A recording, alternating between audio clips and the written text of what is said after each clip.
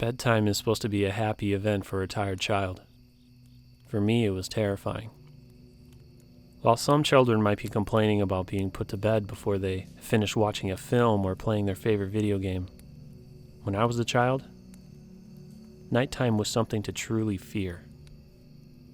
As someone who is trained in the sciences, I cannot prove that what happened to me was objectively real, but I can swear that what I experienced was genuine horror. A fear which in my life, I'm glad to say, has never been equaled. I will relate it to you all now as best I can. Make of it what you will, but I'll be glad just to get it off my chest. I can't exactly remember when it started, but my apprehension towards falling asleep seemed to correspond with being moved into a room of my own. I was 8 years old at the time, and until then I had shared a room quite happily with my older brother. As is perfectly understandable for a boy 5 years my senior, my brother eventually wished for a room of his own, and as a result, I was given the room in the back of the house. It was a small, narrow, yet oddly elongated room, large enough for a bed and a couple chests of drawers, but not much else. I couldn't really explain because even at that age, I understood that we did not have a large house, and I had no real cause to be disappointed.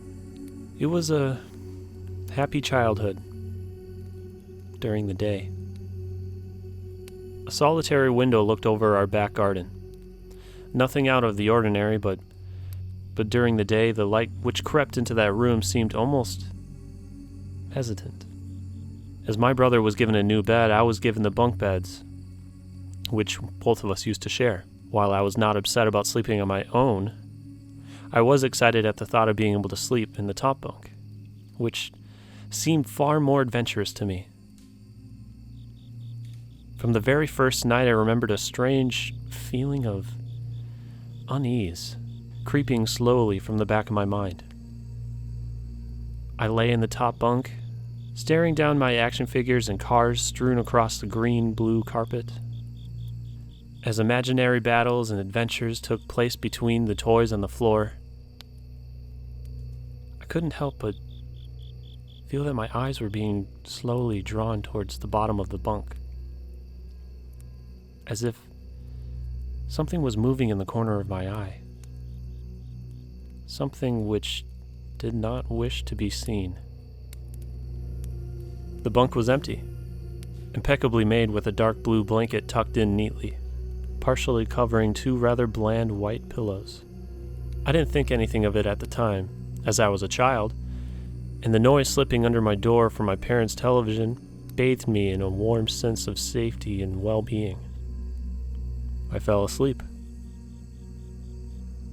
When you awaken from a deep sleep to something moving or stirring, it can take a few moments for you to truly understand what is happening.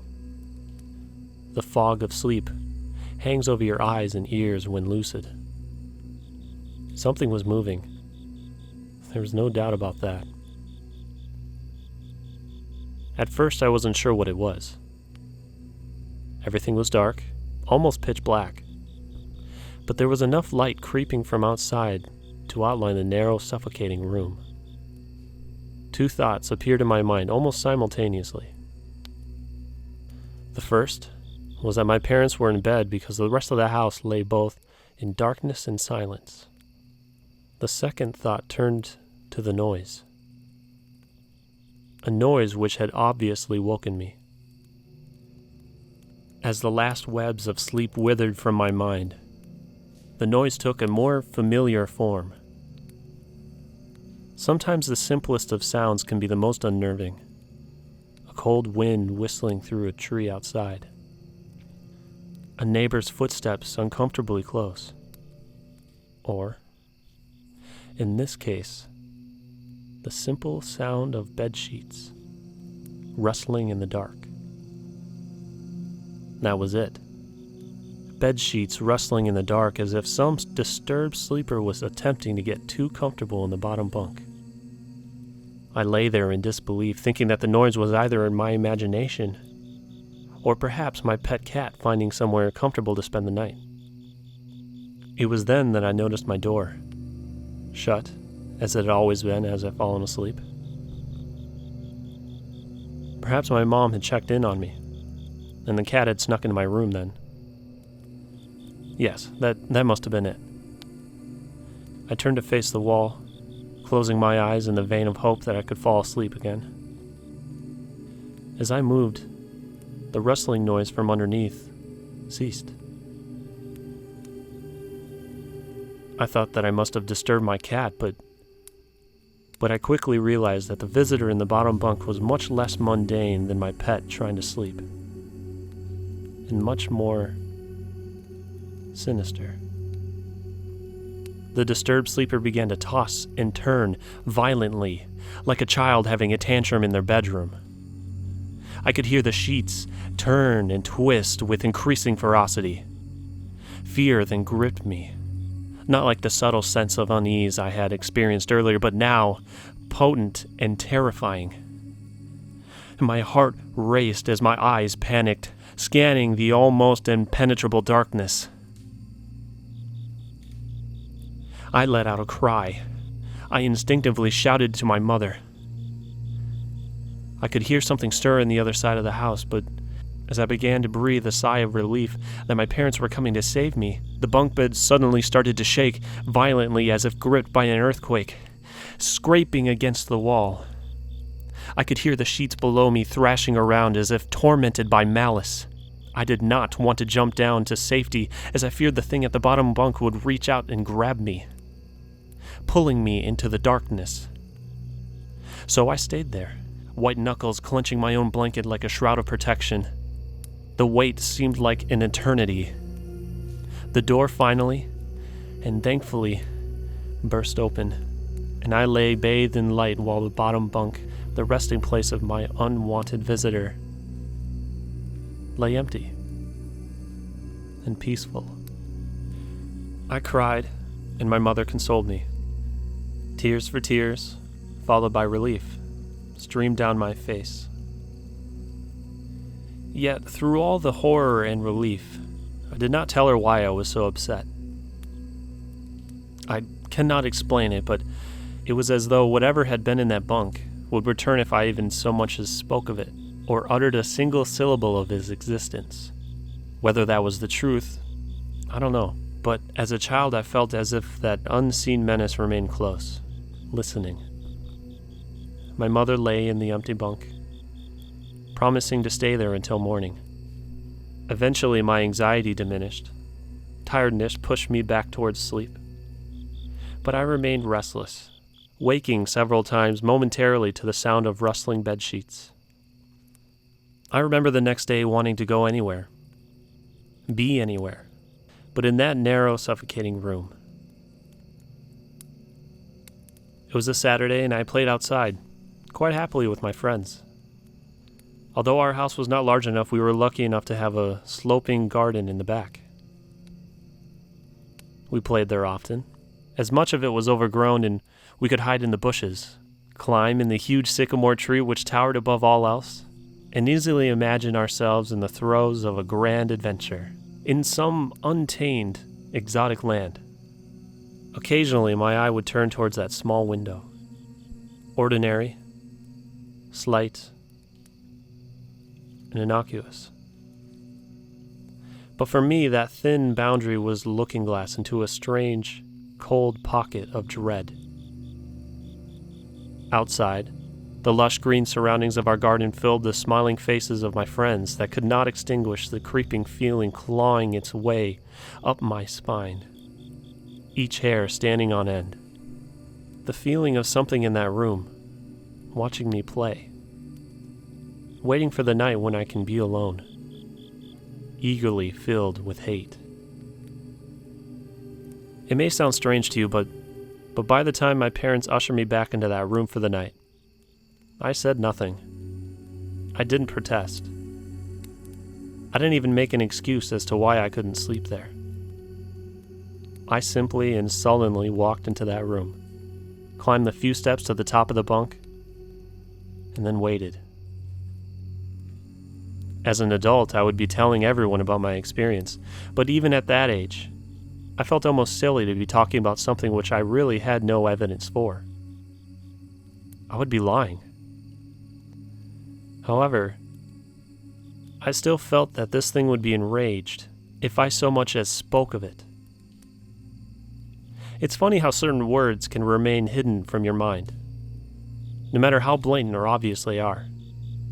One word came to me that night, lying there in the darkness, alone, frightened, aware of a rotten change in the atmosphere, a thickening of the air, as if something had displaced it.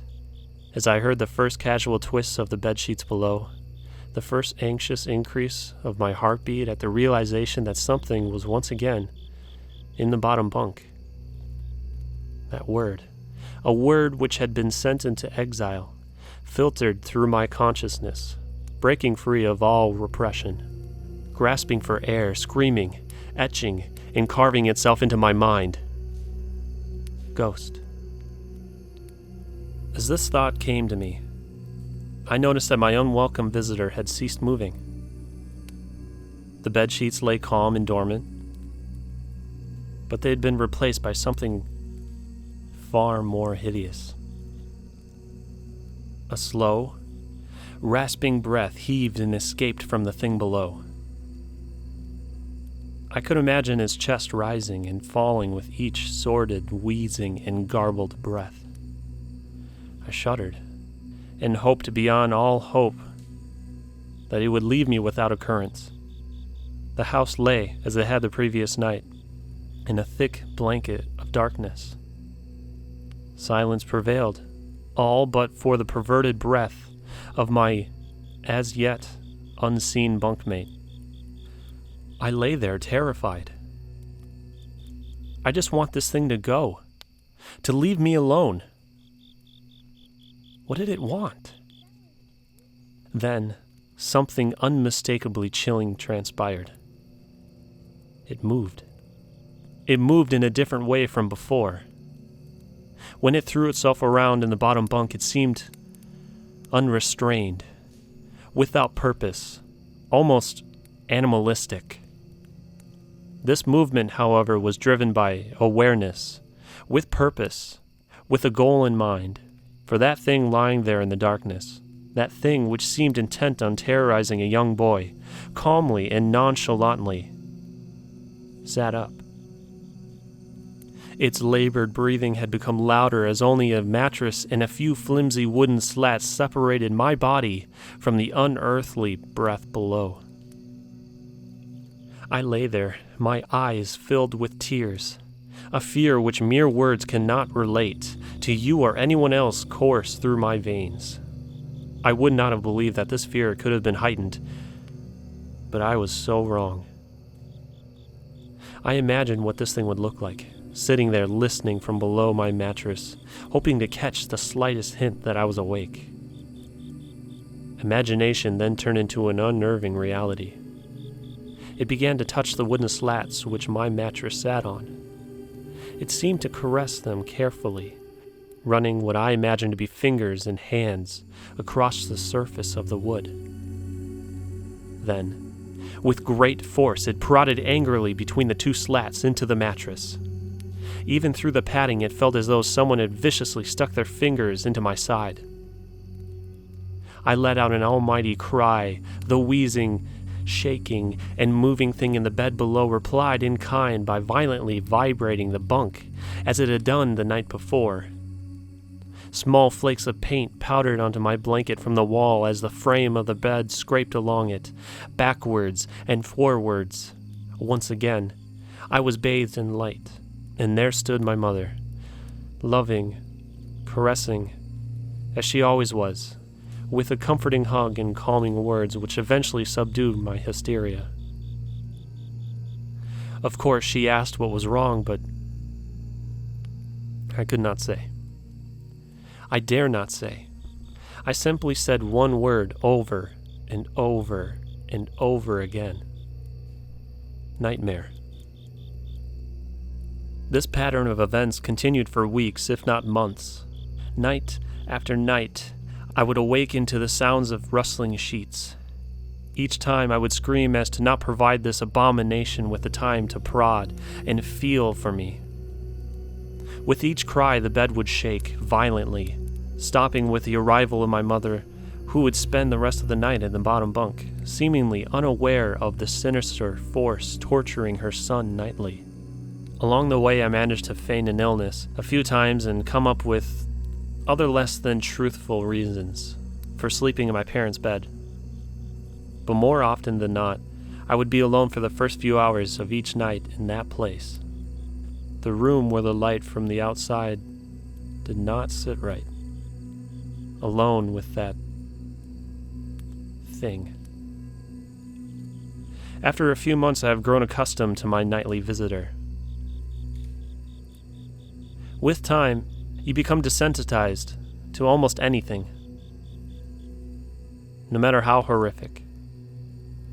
I had come to realize that, for whatever reason, this thing would not harm me when my mother was present. I am sure that the same would have been said for my father, but as loving as he is, waking him from sleep was almost impossible. After a few months, I have grown accustomed to my nightly visitor. Do not mistake this for some unearthly friendship. I detested the thing. I still feared it greatly, as I could almost sense its desires and its personality, if you could call it that. One filled with a perverted and twisted hatred, yet longing for me, of perhaps all things. My greatest fears were realized in the winter. The days grew short, and the longer nights merely provided this wrench with more opportunities. It was a difficult time for my family. My grandmother, a wonderfully kind and gentle woman, had deteriorated greatly since the death of my grandfather. My mother was trying her best to keep her in the community as long as possible. However, dementia is a cruel and degenerative illness, robbing a person of their memories, one day at a time. Soon she recognized none of us, and it became clear that she would need to be moved from her house to a nursing home. Before she could be moved, my grandmother had a particularly difficult few nights, and my mother decided that she would stay with her. As much as I loved my grandmother and felt nothing but anguish at her illness, to this day, I feel guilty that my first thoughts were not of her, but what my nightly visitor may do should it be aware of my mother's absence. Her presence being the one thing which I was sure was protecting me from the full horror of this thing's reach. I rushed home from school that day, and immediately wrenched the bedsheets and mattress from the lower bunk, removing all of the slats and placing an old desk, a chest of drawers, and some chairs which were kept in a cupboard where the bottom bunk used to be. I told my father I was making an office, which he found adorable, but I would be damned if I give that thing a place to sleep for one more night. As darkness approached, I lay there knowing my mother was not in the house. I didn't know what to do. My only impulse was to sneak into her jewelry box and take a small crucifix, which I had seen there before. While my parents were not very religious, at that age I still believed in God and hoped that somehow this would protect me. Although fearful and anxious, while gripping the crucifix under my pillow tightly in one hand, sleep eventually came in as I drifted off to dream. I hoped that I would be awakened in the morning without incidents. Unfortunately, that night was the most terrifying of all. I woke gradually. The room was once again dark. As my eyes adjusted, I could gradually make out the window and door, and the walls, some toys on the shelf, and even to this day, I shudder to think of it. For there was no noise. No rustling of sheets. No movement at all. The room felt lifeless. Lifeless, yet not empty. The nightly visitor, that unwelcome, wheezing, hate-filled thing which had terrorized me night after night, was not in the bottom bunk. It was in my bed. I opened my mouth to scream, but nothing came out. Utter terror had shaken the very sound of my voice. I lay motionless. If I could not scream, I did not want to let it know I was awake. I had not yet seen it, I could only feel it. It was obscured under my blanket. I could see its outline and I could feel its presence, but I dared not look. The weight of it pressed down on top of me, the sensation I will never forget. When I say that hours passed, I do not exaggerate. Laying there motionless in the dark, I was every bit a scared and frightened young boy. If it had been during the summer months, it would have been light by then, but the grasp of winter is long and unrelenting, and I knew it would be hours before sunrise, a sunrise which I yearned for.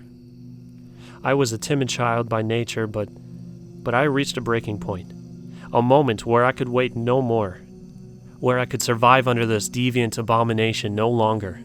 Fear can sometimes wear you out. A shell of nerves leaving only the slightest trace of you behind. I had to get out of that bed. Then I remembered.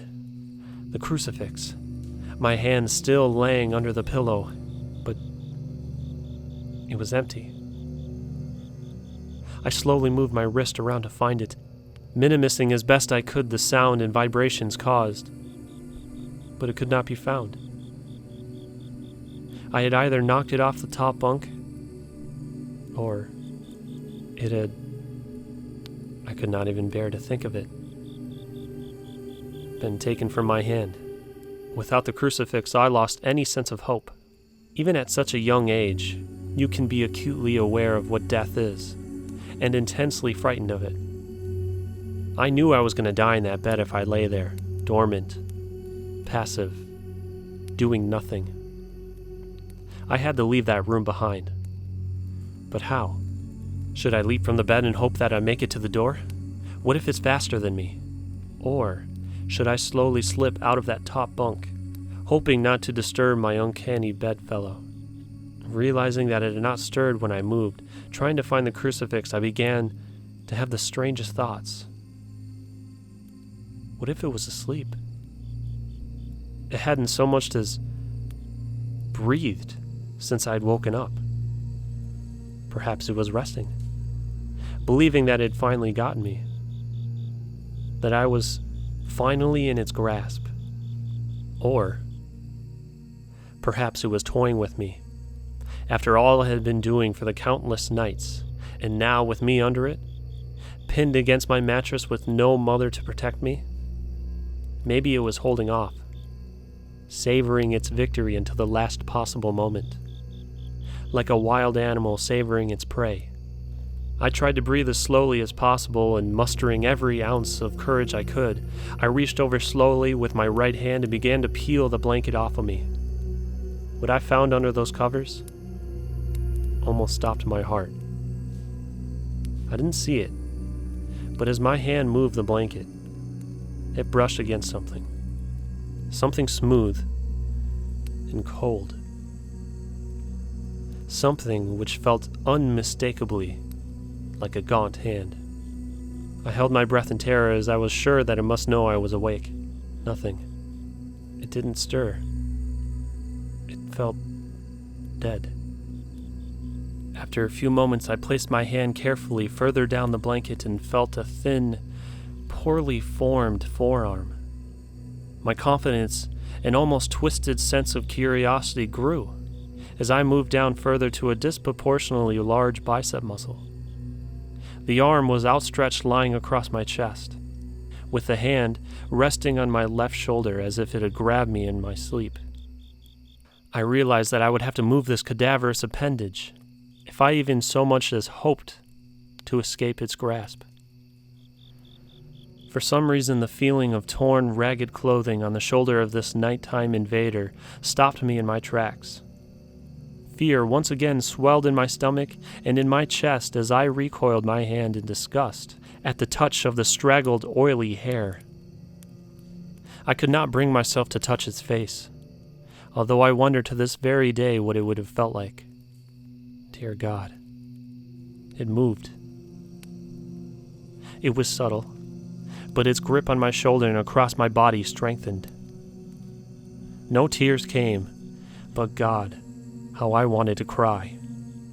As its hand and arm slowly coiled around me, my right leg brushed against the cool wall which the bed lay against. Of all the things that happened to me in that room, this was the strangest.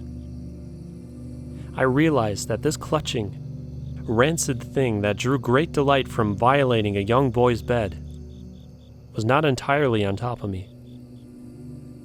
It was sticking out from the wall, like a spider striking from its lair.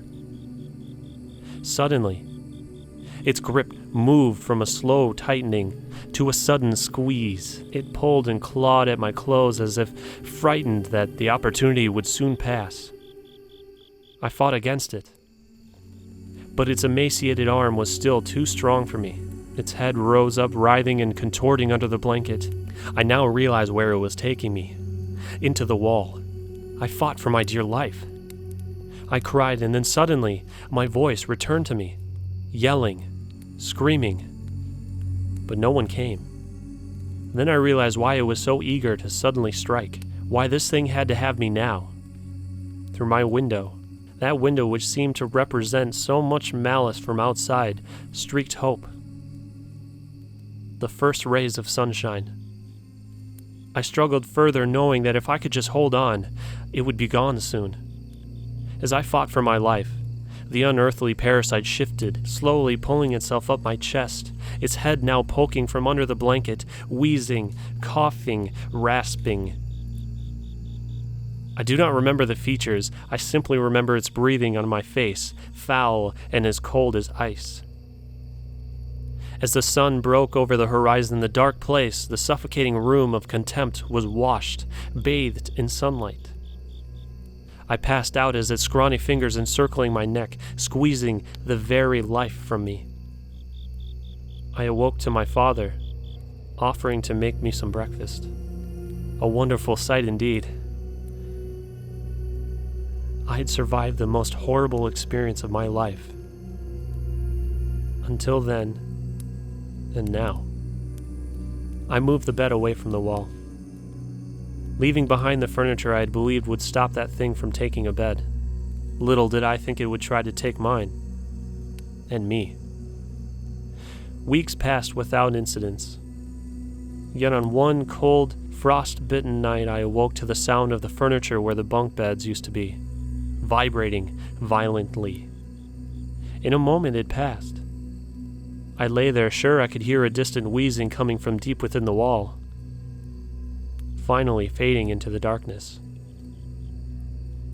I never told anyone this story before, but to this day, I could still break out in a cold sweat at the sound of bed sheets rustling in the night, or a wheezing brought on by a common cold. And I certainly never sleep with my bed against the wall. Call it superstition if you will, but as I said, I cannot discount conventional explanations such as sleep paralysis, hallucination, or that of an overactive imagination. But what I can say is this. The following year I was given a larger room on the other side of the house, and my parents took that strangely suffocating elongated place as their bedroom. They said they didn't need a large room, just one big enough for a bed and a few things. They lasted 10 days. We moved on the 11th.